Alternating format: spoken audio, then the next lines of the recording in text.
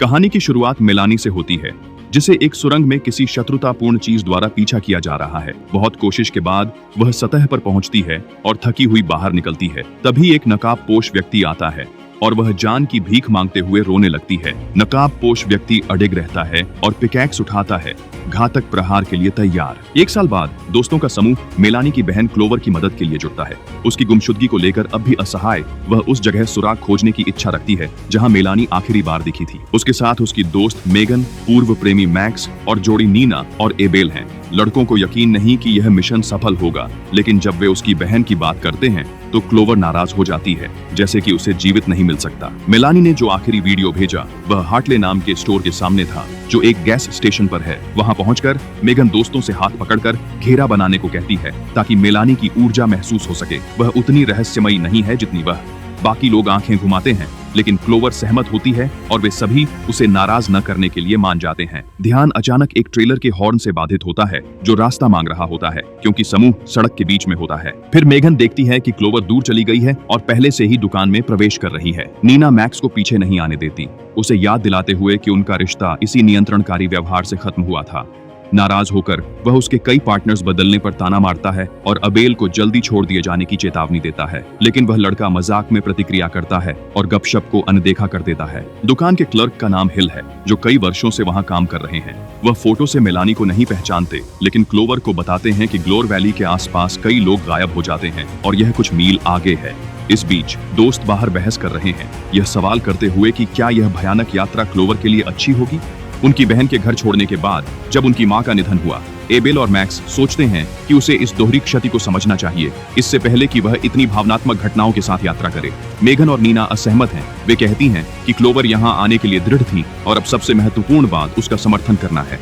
इसलिए जब वह दुकान से हाँफते हुए बाहर आती है तो सभी ग्लोर वैली जाने के लिए सहमत होते हैं, जो कि मालिक के अनुसार कुछ किलोमीटर आगे है, और वे जल्द ही जांच जारी रखने के लिए सड़क पर निकल पड़ते हैं। जल्द ही भारी तूफान आता है और स्थिति बदतर होती है जब एबेल रास्ता भटक जाता है। कई बेकार मोड़ लेते हुए वह एक सुंदर घर पहुंचता है। कार से बाहर निकलते ही वे चौंक जाते हैं यह देखकर कि बारिश साफ जगह के चारों ओर हो रही है, अंदर नहीं। एबेल इस घटना को फिल्म करता है, जबकि मैक्स सिग्नल की कमी की शिकायत करता है और मेगन घर के आंगन में कब्र जैसी चीज देखकर कांप उठती है। घर के प्रवेश द्वार पर संकेत बताता है कि यह सूचना केंद्र है, लेकिन जब नीना और एबल अंदर जाते हैं तो कोई नहीं होता।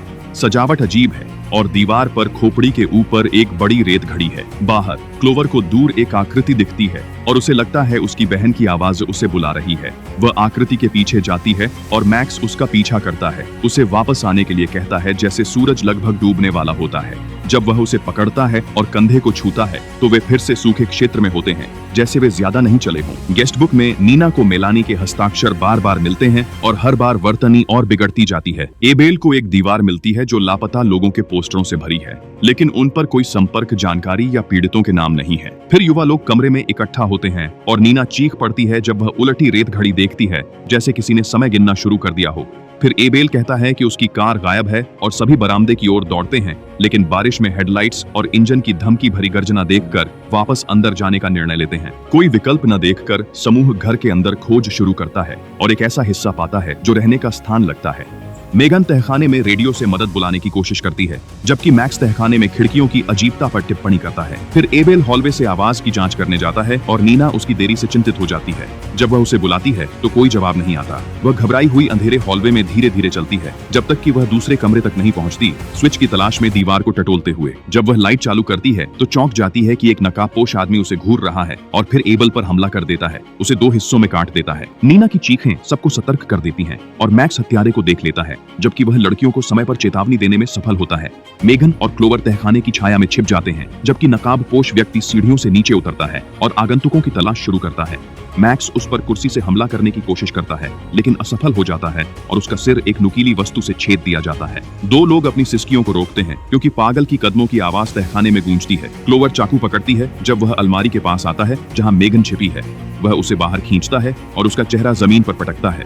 उसकी चीखों को अनदेखा करते हुए क्लोवर अपनी दोस्त को बचाने की कोशिश करती है। हत्यारे पर चाकू से वार करती है, लेकिन वह ऐसे उठ खड़ा होता है जैसे कुछ हुआ ही नहीं और मेगन के निष्क्रिय शरीर को जमीन पर गिरा देता है। स्थिति का सामना करते हुए क्लोवर घर से बाहर भागती है और जंगल की ओर दौड़ती है, जहाँ उसे फिर से एक आकृति दिखती है जो उसकी बहन जैसी लगती है। जब वह उसे पुकारने की कोशिश करती है, तभी अचानक पीछे से पिकैक्स उसकी पीठ में घुस जाती है। जैसे ही रेत घड़ी खत्म होती है, वह आखिरी सांस लेती है। थोड़ी देर बाद इसे यांत्रिक उपकरण से पलटा जाता है और उलटी गिनती फिर शुरू होती है।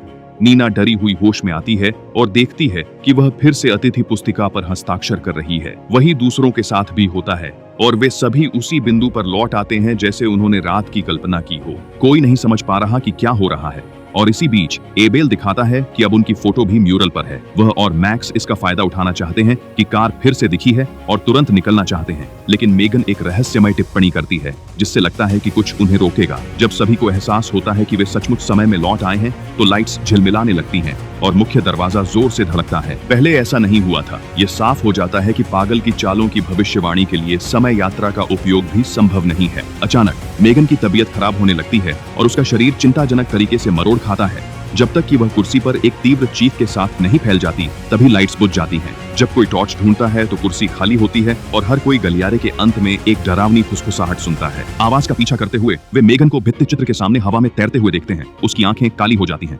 जब वह पोस्टरों की ओर इशारा करती है तो उसकी आवाज हर फोटो में मौजूद व्यक्ति की आवाज में बदल जाती है, जो मदद की गुहार और रोने की आवाजें दोहराती है। इस दृश्य से सब कांप जाते हैं। फिर यह एक और चीख के साथ खत्म होता है और मेघना फर्श पर गिरकर मर जाती है। उनके पास इस नुकसान का शोक मनाने का समय नहीं होता कि तभी सामने के दरवाजे पर जोर की दस्तक सुनाई देती है।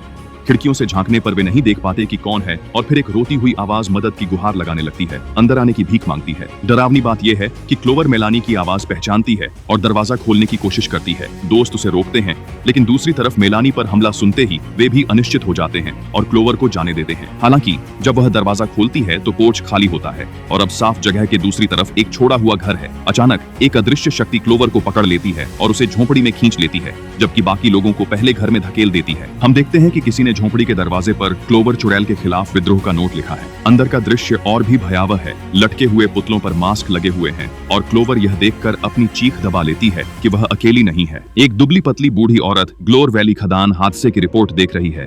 क्लोवर उससे बाहर जाने की विनती करती है, लेकिन बूढ़ी औरत हंसती है और कहती है कि इस रात में केवल 2 ही जीवित रहेंगे या इसका हिस्सा बन जाएंगे। मैक्स पहले घर से बाहर निकलने में सफल हो चुका है और झोपड़ी की ओर बढ़ रहा है जब वह औरत क्लोवर को जमीन पर गिरा देती है और उसके चेहरे पर रेस्पिरेटर दबा देती है, एक श्राप पड़ते हुए।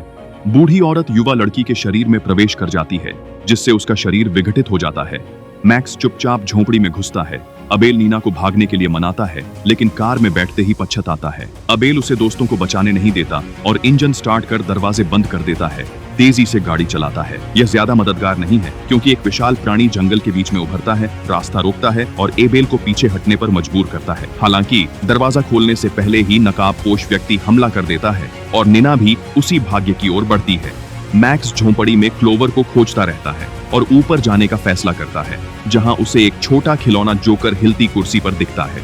जोकर की टोपी पकड़कर वह गुस्से में उसे फेंक देता है और फिर क्लोवर को देखकर चौंक जाता है। वश में रहते हुए उसने सफेद मास्क पहना है और झोपड़ी छोड़ने से पहले मैक्स पर चाकू से वार करती है। जब पागल व्यक्ति उसे एबेल की कार से कुचल देता है तो क्लोवर फिर से समूह में मरने वाली अंतिम होती है।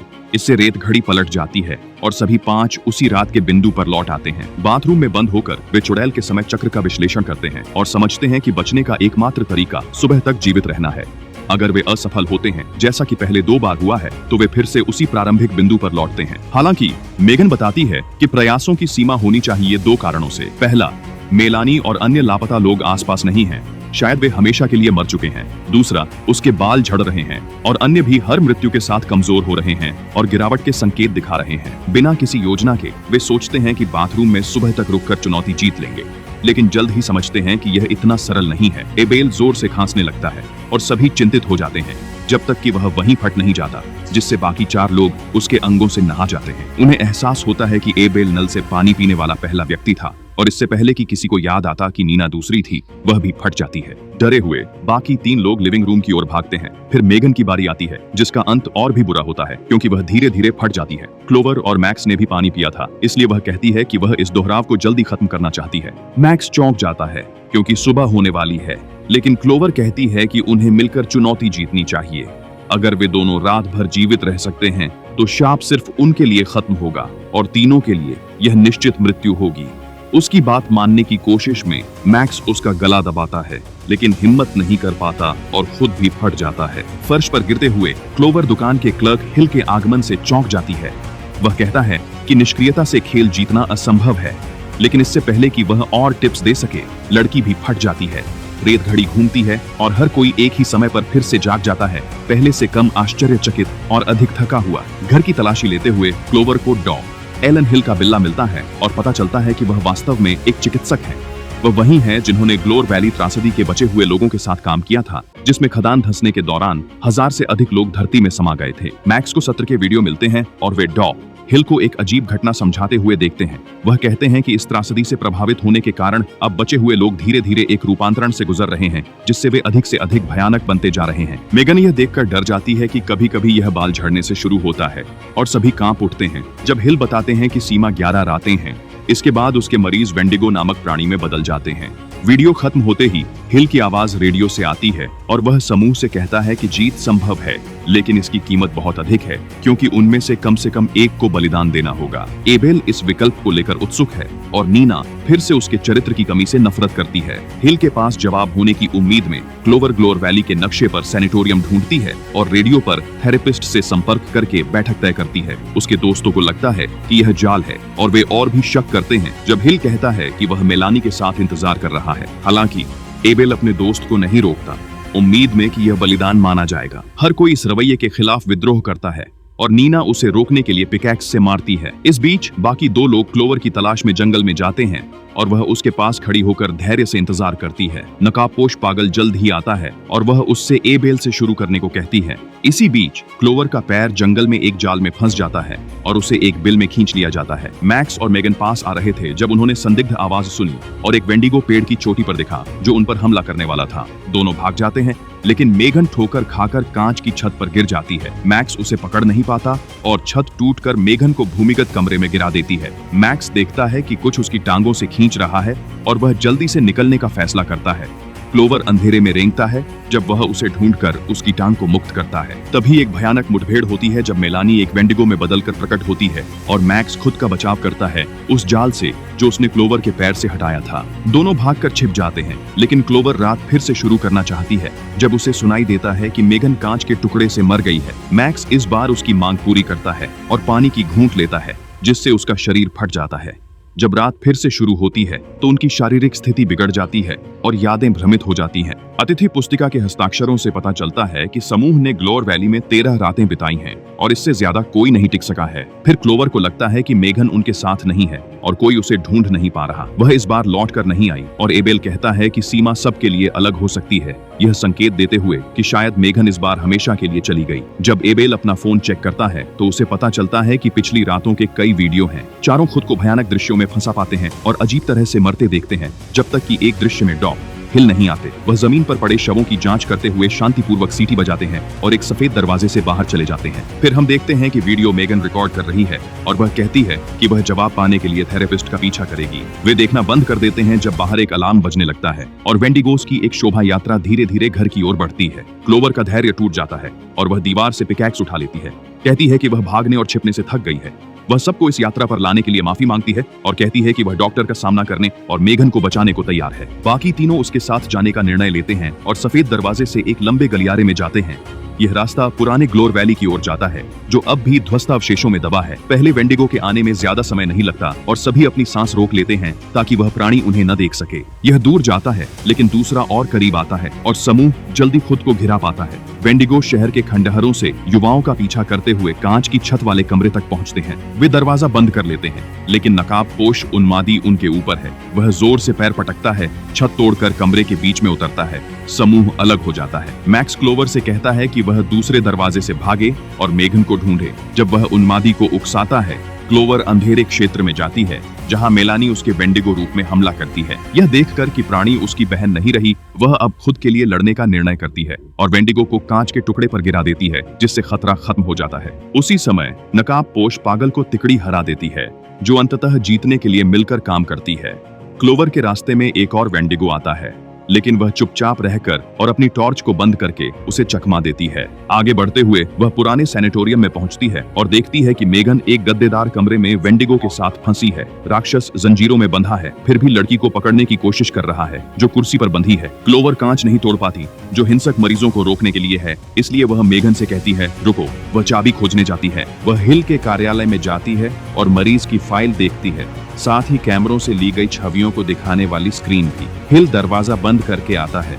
वह कहता है कि क्लोवर का मामला दिलचस्प है और पिछले साल उसने 2 बार खुद को नुकसान पहुंचाने की कोशिश की। गुस्से को काबू में रखते हुए वह पूछती है कि वह ऐसा क्यों कर रहा है और जवाब सुनने का नाटक करती है, जबकि उसके कप को गिरा देती है। हिल बताता है कि वह आघात विशेषज्ञ है और ग्लोर वैली प्रयोग के लिए आदर्श जगह है, यह देखने के लिए कि कैसे हर किसी का भय उनकी डरावनी घटनाओं को प्रभावित करता है। इस बिंदु पर वेंडिगो दीवार से लगभग मुक्त हो रहा है, जबकि अन्य लोग सुरंगों में नीना, एबेल और मैक्स का पीछा कर रहे हैं। फिर हिल अपने कप से एक घूंट लेता है और क्लोवर कहती है कि इस बार वही बलिदान होगी। उसे एहसास होता है कि उसने क्या किया और वह उस पर झपटने की कोशिश करता है, लेकिन अब समय नहीं है और उसका शरीर विस्फोट हो जाता है। जब रेत की घड़ी खत्म होने को होती है, क्लोवर कीचड़ से सेल की चाबी उठाकर मेगन को मुक्त करने दौड़ती है। दोनों समय रहते भाग जाते हैं। कमरे को छोड़कर जब वेंडिगो अपनी जंजीरों से आजाद हो जाता है और समय पर दरवाजा बंद कर उसे अंदर फंसा देते हैं। बाहर निकलते समय कई अन्य दिखते हैं, लेकिन दोनों सबको चकमा देकर सतह तक पहुंच जाते हैं। क्लोवर का हाथ जमीन से निकलता है और वह उठने लगती है, जैसे मेलानी ने 1 साल पहले किया था। वेंडिगो उसके पास पहुंचते हैं और पैर खींचते हैं, लेकिन मैक्स उसका हाथ पकड़ लेता है। बाकी लोग पहले ही सुरंगों से बाहर निकल चुके हैं।